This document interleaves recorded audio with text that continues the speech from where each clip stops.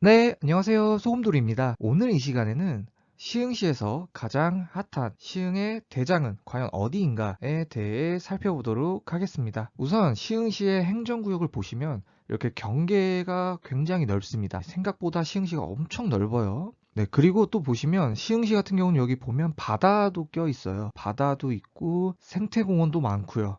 갯골 생태공원 있죠. 굉장히 수도권에서 보기 드문 자연 환경이다. 그렇기 때문에 시흥 쪽으로 여행 오시는 분들이 되게 많아졌어요. 관광으로서 많이 요즘 떠오르는 곳입니다. 백오 쪽으로 많이 여행도 오시고 또 바다 보러도 많이 오시고 또 오이도도 있죠. 그래가지고 수도권에서 가까운 근교 여행지로 많이 오는 곳이기도 합니다. 옛날 같은 경우는 시흥이 이제 북시흥과 남시흥으로 많이 나눴어요. 그래서 북시흥 쪽 약간 농촌과 같은 그런 지역들도 많고요. 중간부가 거의 그랬고 남시흥 쪽은 이제 규격을 갖춘 옛날식 번화가 그렇게 많이 나눠졌습니다. 북시흥 쪽은 이제 뭐 대야동, 신천동 이런 게 좀 생각이 나고요. 남시흥 쪽은 이제 정왕 뭐 요런 라인. 아무래도 이제 옛날 행정구역의 여파가 있어요. 시흥 같은 경우는 상권이 그렇게 많이 발달은 못했어요. 솔직히 말하면. 왜냐면 시흥시 자체가 이제 북시흥 쪽은 좀 부천이었고 옛날에 좀 부천 쪽, 남시흥 쪽은 안산 이쪽으로 상권이 다 빠져나갔어요. 그래서 북시흥 사시는 분들은 그냥 부천 놀러 가서 노는 분들 많았고 남시흥 쪽은 이제 안산 쪽을 가서 이제 놀다 오는 그런 경향이 있어서 배드타운적인 성격이 강한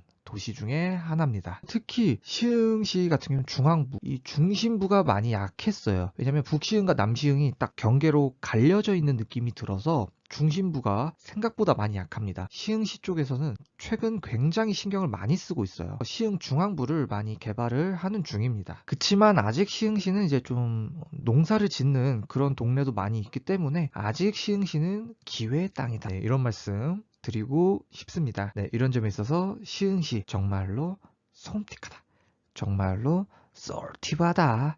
이런 말씀 드리고 싶습니다. 과연 그러면 앞으로 시흥의 대장 지역은 어디가 될 것인가를 살펴보자면 저는 개인적으로 시흥은 지금 막 짓고 있는 지역들 중에 하나가 되지 않을까 싶은데요. 이미 지어져 있는 시흥 동네들은 많이 낙후된 지역이 많아서 아무래도 대장으로 선정되기에 조금 아쉽다. 이렇게 말씀드릴 수 있고요. 우선 시흥의 아파트가 어디가 좀 많나? 이런 걸 고려해 봤을 때 저는 처음에 생각난 게 이제 은계지구, 장현지구, 연성지구, 매화, 정왕, 백옷 이런 후보들을 제가 생각을 해봤거든요. 뭐 앞으로 지어질 동네이거나 뭐 여러 동네들을 생각해 봤을 때 저는 가장 시흥시의 중심부인 시흥시청역이 가장 뜰 거라고 생각이 드는데요. 시흥시청역에는 이제 흔히 장현지구죠. 예, 장현지구를 포함한 구역이 가장 크게 뜰 것 같습니다. 이 이유로는 아무래도 시흥시 같은 경우는 좀 배드타운적인 성격이 강해서 직장으로 이동하는 게 되게 중요하다고 생각하거든요. 그런 점에 있어서 시흥시는 교통이 가장 필요해요. 교통이 가장 열악하고 안 좋은 상황입니다. 최근에 서해선이 뚫리긴 했지만 그래도 아직 서해선을 통해서 한 번에 서울까지 갈 수는 없기 때문에 무조건 환승을 한번 하잖아요. 그래서 시흥시청역 같은 경우에는 앞으로 호재가 굉장히 많습니다. 앞으로 놓이게 될 노선이 두 개가 더 있는데요. 우선은 처음에 지금 개통되어 있는 서해선이 하나 있고요. 그 다음에 신안산선이 있습니다. 신안산선이 있고 그 다음에 월곶 판교선이라고 해서 월판선이 있어요. 이렇게 세 개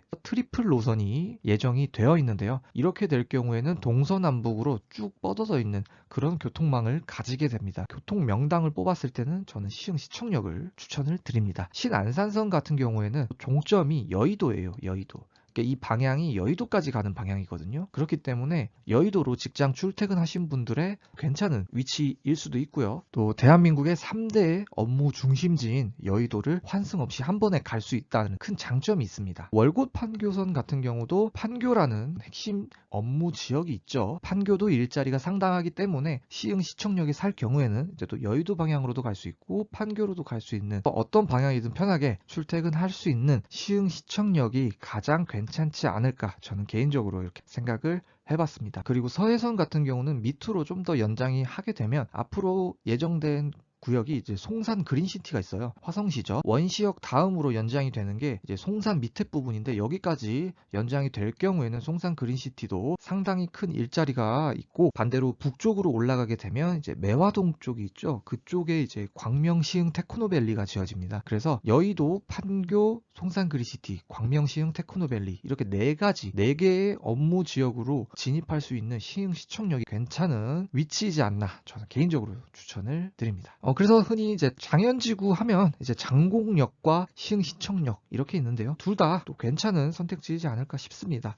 그나마 지금 지어진 아파트들 중에서는 시흥시청역에서 조금만 걸으면 나오게 되는 시흥시청역 동원 로얄, 여기 6억 8천이네요 지금. 그래서 여기도 나쁘지 않은 것 같고요. 아니면은 장곡역 쪽, 안쪽으로 봤을 때는 장현지구 쪽에 여기도 괜찮지 않나, 이렇게 생각이 들어봅니다. 장곡역 쪽이죠. 그래서 여기 호반 서밋이랑 동원 로얄 듀크, 이렇게 두 개 정도 나쁘지 않네, 이런 말씀 드리고 싶습니다. 앞으로 아파트들이 얼마나 더 지어질지는 모르겠지만, 전 현 시점으로 봤을 때는 이렇게 두 개가 그나마 괜찮지 않을까, 제가 생각해본 대장이 되지 않을까, 조심스럽게 예측을 해봅니다. 그런 점에 있어서 시흥시청역과 장현지구 정말로 소름틱하다, 정말로 쏠티브하다, 이런 말씀 드리고 싶습니다. 네, 오늘 얘기는 여기까지고요. 구독과 좋아요는 자유입니다. 감사합니다.